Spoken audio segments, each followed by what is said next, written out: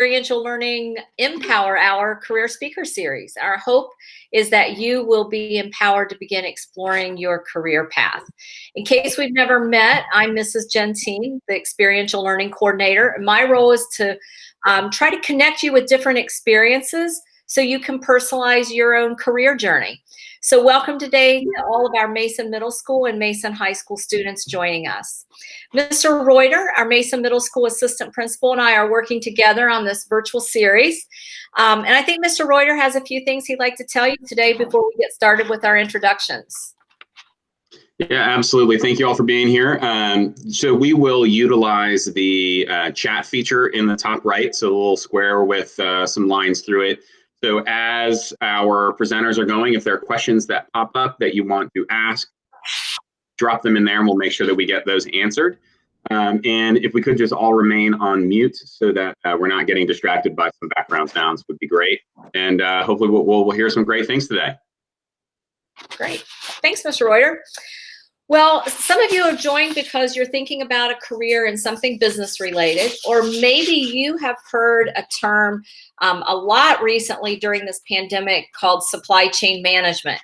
Or maybe you or your parents have struggled finding certain products at the store that you're accustomed to readily having at your disposal. So today, speaking with us, you're going to learn a little bit about what supply chain management is, how you might pursue it for a career, and maybe some other closely related majors and or careers that you might be interested in. We have joining us today Brian Bensman from Cintas, and Brian is going to be speaking to you, and then he's also going to introduce a Mason alum, Maureen Sullivan, who is with us today, who is working at Cintas as well. So Mr. Bensman, I'll turn it over to you. All right, great. Well, good afternoon, everyone. Appreciate the opportunity, leveraging technology and the current normal into what or how do we kind of manage through and present. As Debbie said, I've had the chance to visit and present in person for, I think, multiple years before. So now excited to do it virtually. And as Debbie said, my history, career path, has all been within supply chain at Cintas. And I'm excited to have Maureen on, who will give you kind of a different perspective of her Cintas career, not supply chain specific, but being a Mason grad is always interested to participate, right, and give back and share kind of what her experience has been from leadership rotational management trainee program, which is unique but open to all different majors. So again, with us being a local business founded here locally in Cincinnati, 1968 officially, and continue to be here at Mason. Great opportunity to give back. So high level, starting off supply chain, right? So as Debbie said, typically I go in and talk about whether you're buying a Starbucks coffee or you're buying an Apple device or you're buying an apparel item. Those all have to come from somewhere. And if you look at a tag in your shirt or a sweatshirt, you'll see where it's made. And essentially the supply chain at a simplistic level is figuring out how it got from country A, B, C to ultimately on the shelf where you bought it in a retail store or online where you bought it from Amazon, right? Which I'm sure all can relate to. But with the current COVID-19 pandemic, supply chains become even more clearly evident, right? And that ranges from personal experience of you or family going to a grocery store and not seeing what are those essentials of a toilet paper, hand sanitizers, air fresheners, etc. But it also ranges if you follow the news or you're a family and healthcare, face masks, face coverings, personal protective equipment, PPE, if you're still trying to figure out that acronym, right? And everything else in between. And so really, we've seen that firsthand, and that is supply chain. And the unfortunate reality is that I don't know any supply chains could have predicted and forecasted for a pandemic to occur and what that's meant from projecting that demand. So kind of taking a step back for me personally, I graduated from Miami University. I was actually a political science major, but then got into a management trainee program in kind of steel fabrication, working in manufactured home RV industry up in northern Indiana. Did that for about 4 years and realized I was doing supply chain stuff. And ultimately enjoyed it. Had the opportunity to kind of relocate back to the area. I grew up in Dayton and started with Cintas in 2000. And here I am almost 20 years later in July, still there, and really spent a career within supply chain. And when you think about some of those examples I mentioned of, be it a consumer product that you would buy, like I said, an Amazon, a retail store, or a Starbucks coffee, or you think about what a Cintas does, where we're a business-to-business service provider. Anybody that typically business-wise that has a product or something tangible has a supply chain to get that from wherever it was made, make sure it was made correctly, and ultimately into the hands of either the consumer or that, again, business customer in terms of who Cintas provides service to. And there's a lot of other stuff that goes into that, from the compliance, the quality checks of it to make sure, if you're buying a retail apparel item, right? Does it fit like it should? Does it fit like a medium or a small or whatever size you might wear? All those things are within the supply chain. I think another relevant topic, if you follow, probably pre-pandemic, is regarding tariffs and duties and trade agreements, and the cost increases of goods coming out of China because of trade negotiations or renegotiating the North American Free Trade Agreement, right? All those things had direct impacts on Cintas and our business, as well as supply chains throughout any other product or services that you all might be familiar with. So again, kind of high level, that's what I would articulate as far as what supply chain is and kind of my experience and how I got involved. Jumping a little bit to the current realities of the pandemic, I think the challenges, as I mentioned, right, is you can't predict something of this nature. Cintas historically carries hand sanitizer and face mask and personal protective equipment, PPE, but we had no way to know the spike in which would occur and as quickly as it did. And so now, the supply chain becomes very reactive, and so it's a matter of what can we get? How quickly can we get it? And in some cases, again, you might have seen this in the news, where can you convert maybe some of our suppliers that used to make work shirts to start now making face masks or face coverings. And so looking to have that flexibility of a supply chain and where and how can you get that? How quickly can you get it? Now, the other watch out is something like this happens. And again, I've seen news reports as recently as last week, is unfortunately maybe some people aren't presenting or selling you what they're really going to ship you, right? They might say, yes, this is an FDA approved N95 mask. Well, then you realize, well, no, there's no certification of it. It's not listed on the FDA website. And those are the kind of things one of my teams in supply chain has to review and check, because the last thing we would want is to say it's something intended for use by our customer, and then it doesn't meet that requirement, or more importantly, or greater risk, is it creates a health risk. And so, those are a number of things that we're trying to kind of manage to and be, again, responsive and quick to look at where and how can we provide solutions, get product to our end customer, as well as get products for our own Cintas customers. Because as you've heard reference, right, what is essential or non-essential business, we had some of that interpretation early on, right, where we had shipments going to locations in certain states that our shipping carriers weren't picking up because they thought, well, Cintas is not essential business. And so we had to make sure we went through, explained to them, validated through our legal team that no, Cintas is providing product and services to essential businesses that range from your grocery stores to your, food manufacturing facilities to then obviously healthcare facilities. So again, it's important we're there to provide them all those products. And so again, the good thing is Cintas has continued to work.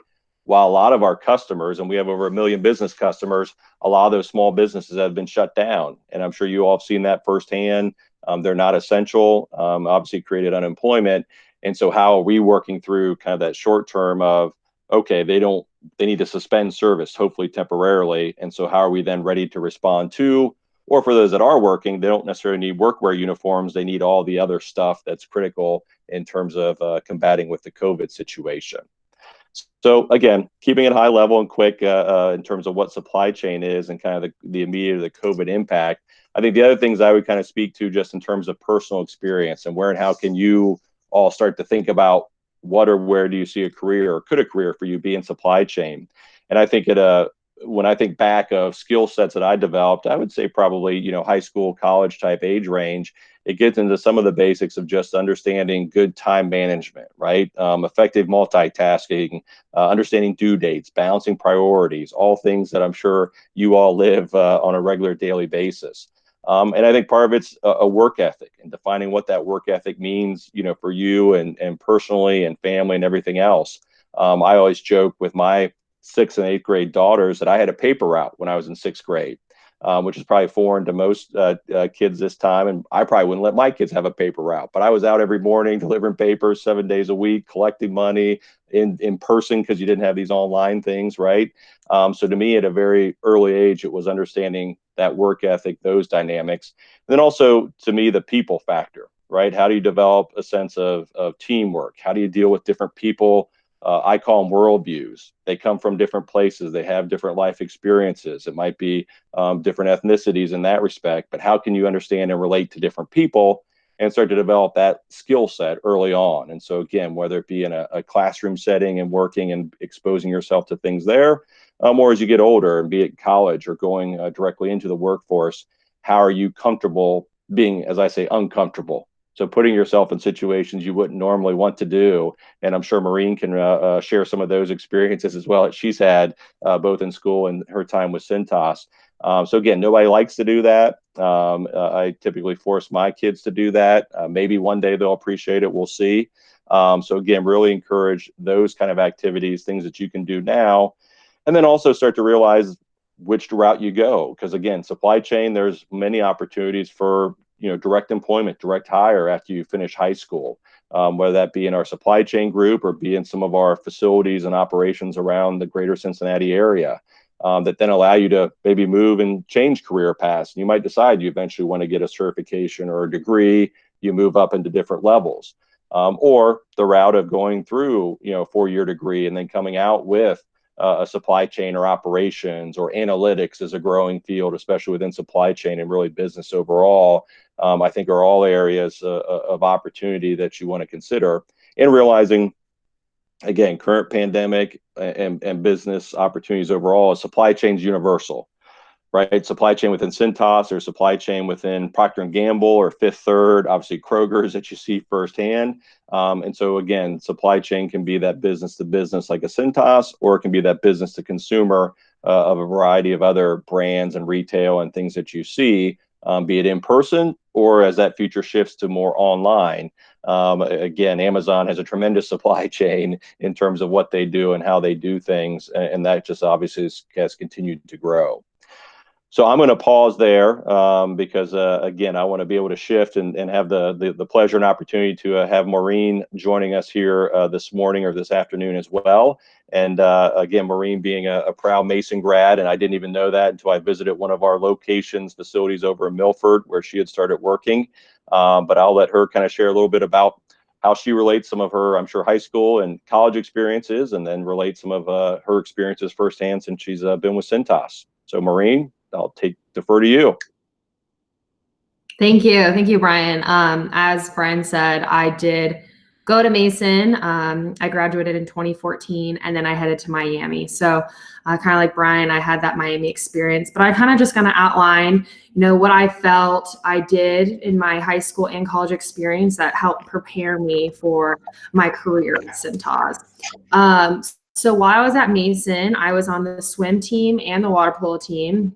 And I credit those two things for my successes.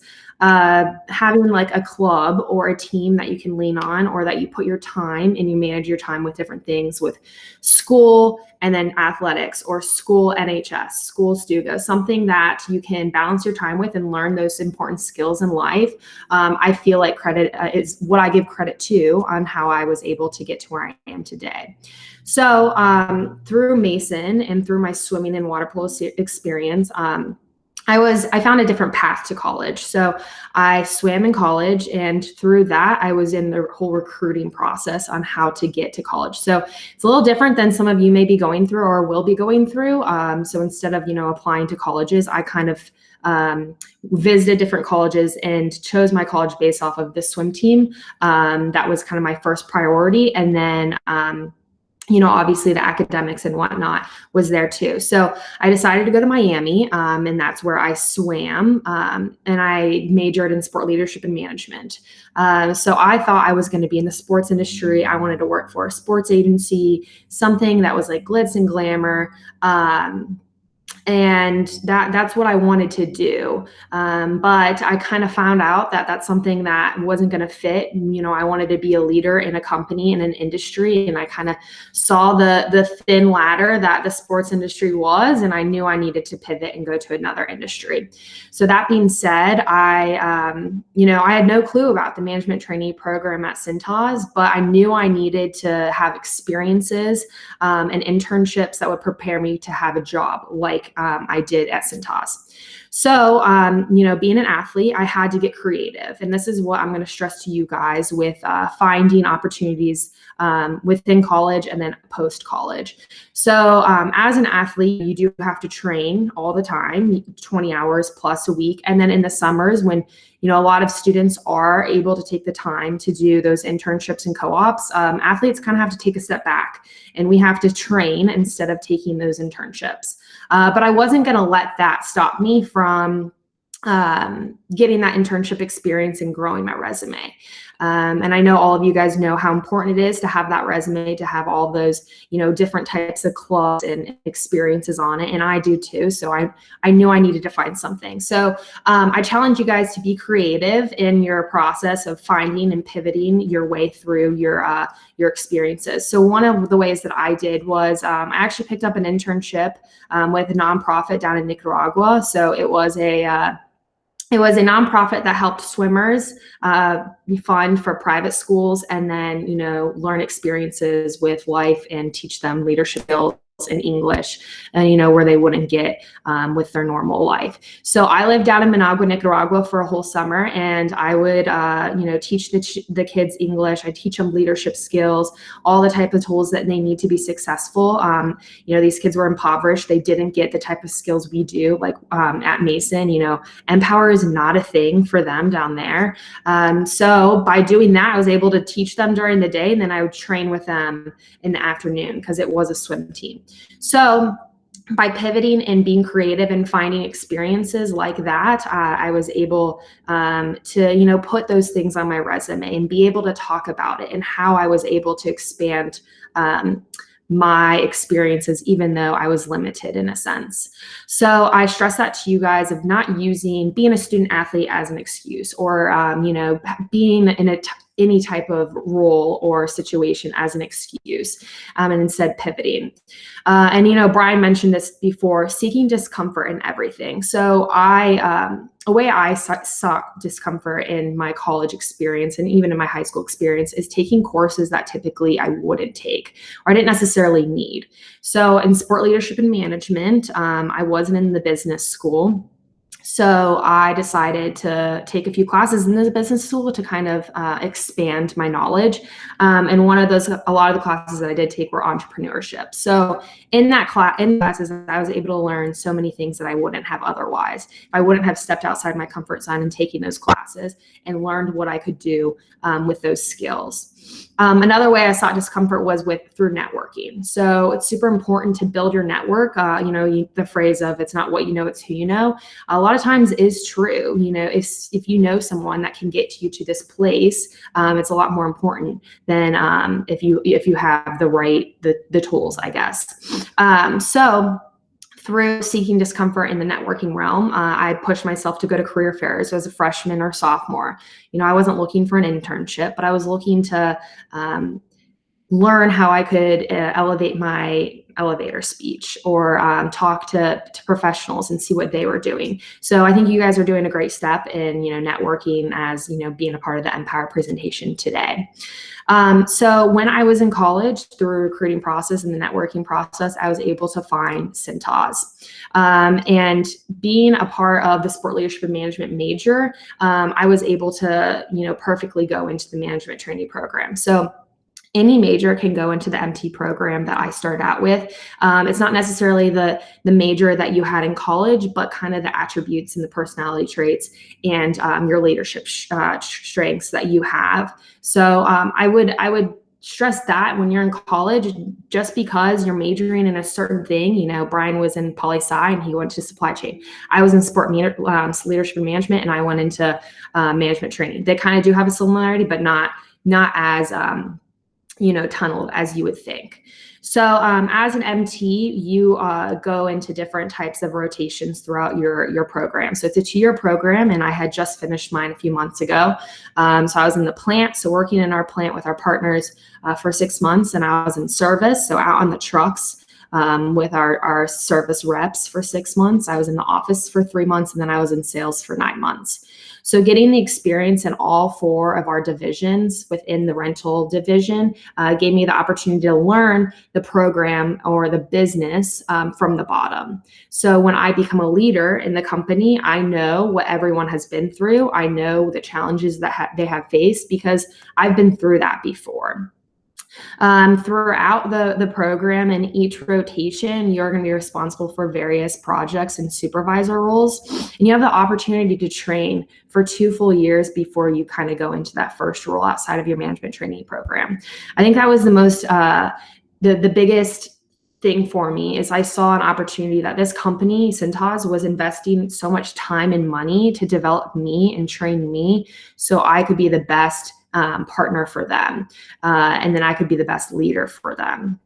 So I would say as an MT, the best traits or characters that you could have is being adaptable, flexible, and coachable. So as an athlete, I was able to, get that coachability. I was coached all the time, every single day. And how can I make, my swimming better to be a better athlete? And then that's the same thing as the MT program. How can I be a better MT to elevate this company? So also adapting to situations. I think that's, huge right now with the current situation of COVID-19. I'm stuck in the 4 walls of my apartment instead of, being out every day and trying to sell our product. So adapting and pivoting in that sense. Another big thing that I saw was earning sweat equity.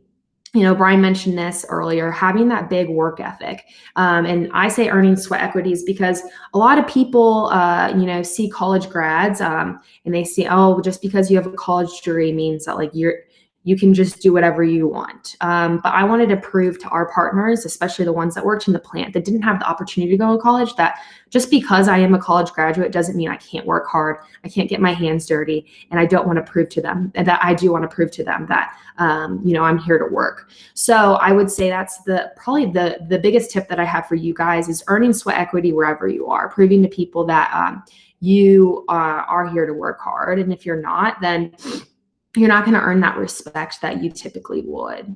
Another thing that I would say is having a strong sense of leadership. So, it's challenging to lead, the partners at Cintas, and we call employees at Cintas partners because everyone is a partner to each other. So, a lot of those frontline partners didn't have that college degree. So they, in their maybe twice the tenure of you, they've been there for 20, 30 years. They're, 60 years old. It's kind of hard when you're above them in the leadership food chain, I guess. So leading people that are the age of your grandparents or your parents and, having that college graduate stereotype is challenging. So having a strong sense of leadership and earning that sweat equity will definitely help you with growing those relationships. For my job as MT, as a management trainee, I'd say there's so many positives and there are very little negatives, but they do come with the job. So, a positive that I would say is an opportunity to learn for 2 years before you get into that next role when you do have a number on your name. So for 2 years, I didn't have a number on my name. I didn't have a metric that I had to meet. Obviously, I wanted to have metrics and products that I picked up, but I didn't necessarily have them. So that was huge for me. And I thought it was kind of like an extension of college. It gave me 2 more years to train and truly understand something before I picked it up.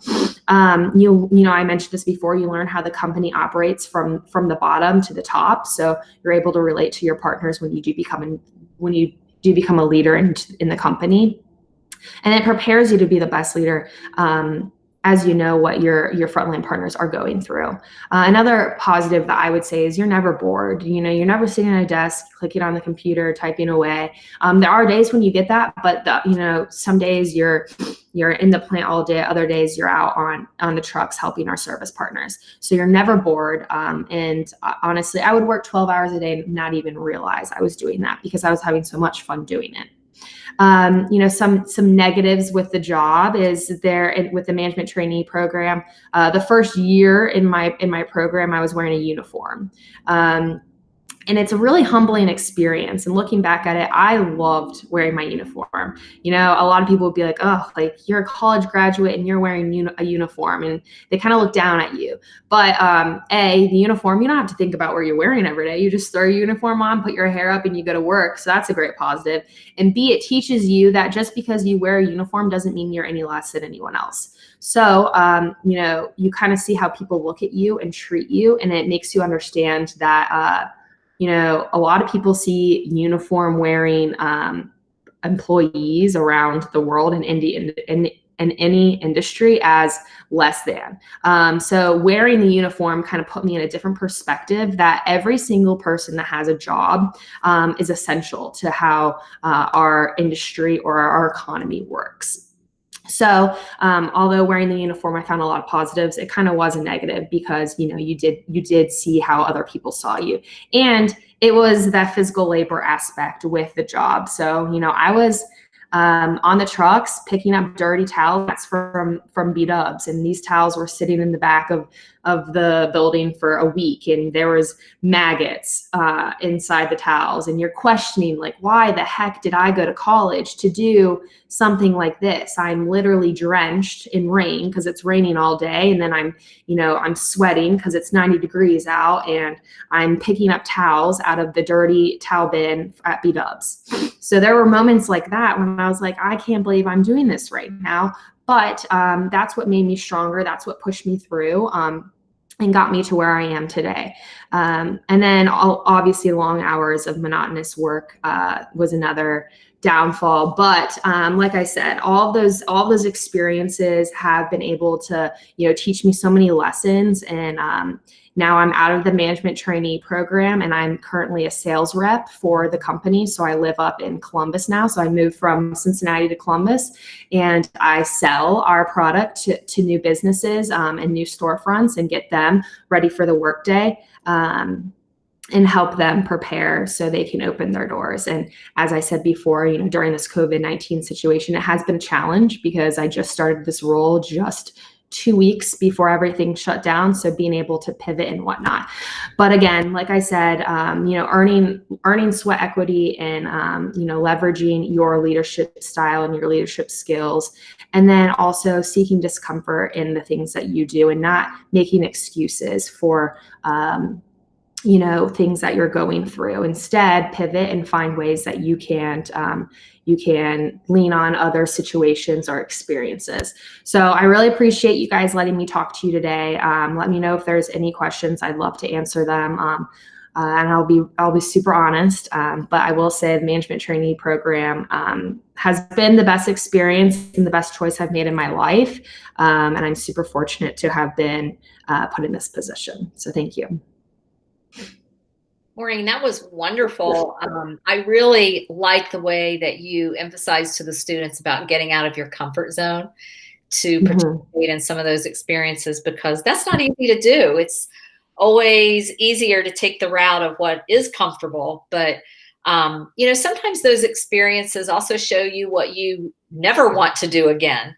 And so those experiences are prime learning opportunities, just as importantly as those that affirm what you want to do. So thanks for sharing that. Yeah. So students, please use the chat. I know we have some of your questions that you submitted when you registered, but if you heard anything today that you would like to ask Mr. Bensman, Brian, or Maureen, go ahead and chat those in. Use your text box in the top right corner, and we'll make sure we get your questions answered for you here in the next few moments. I love that you guys both touched on just experiences and how they kind of shape and inform who you are. Brian, you talked about your paper route. I never had a paper route, but I had some jobs that were comparable. And I remember my father saying, those will develop character in you. And I just didn't quite understand it at that time, but they certainly did teach me how to get along with a lot of different kinds of people and learn how to interact with people who thought differently than I did. And those turned out to be very valuable experiences.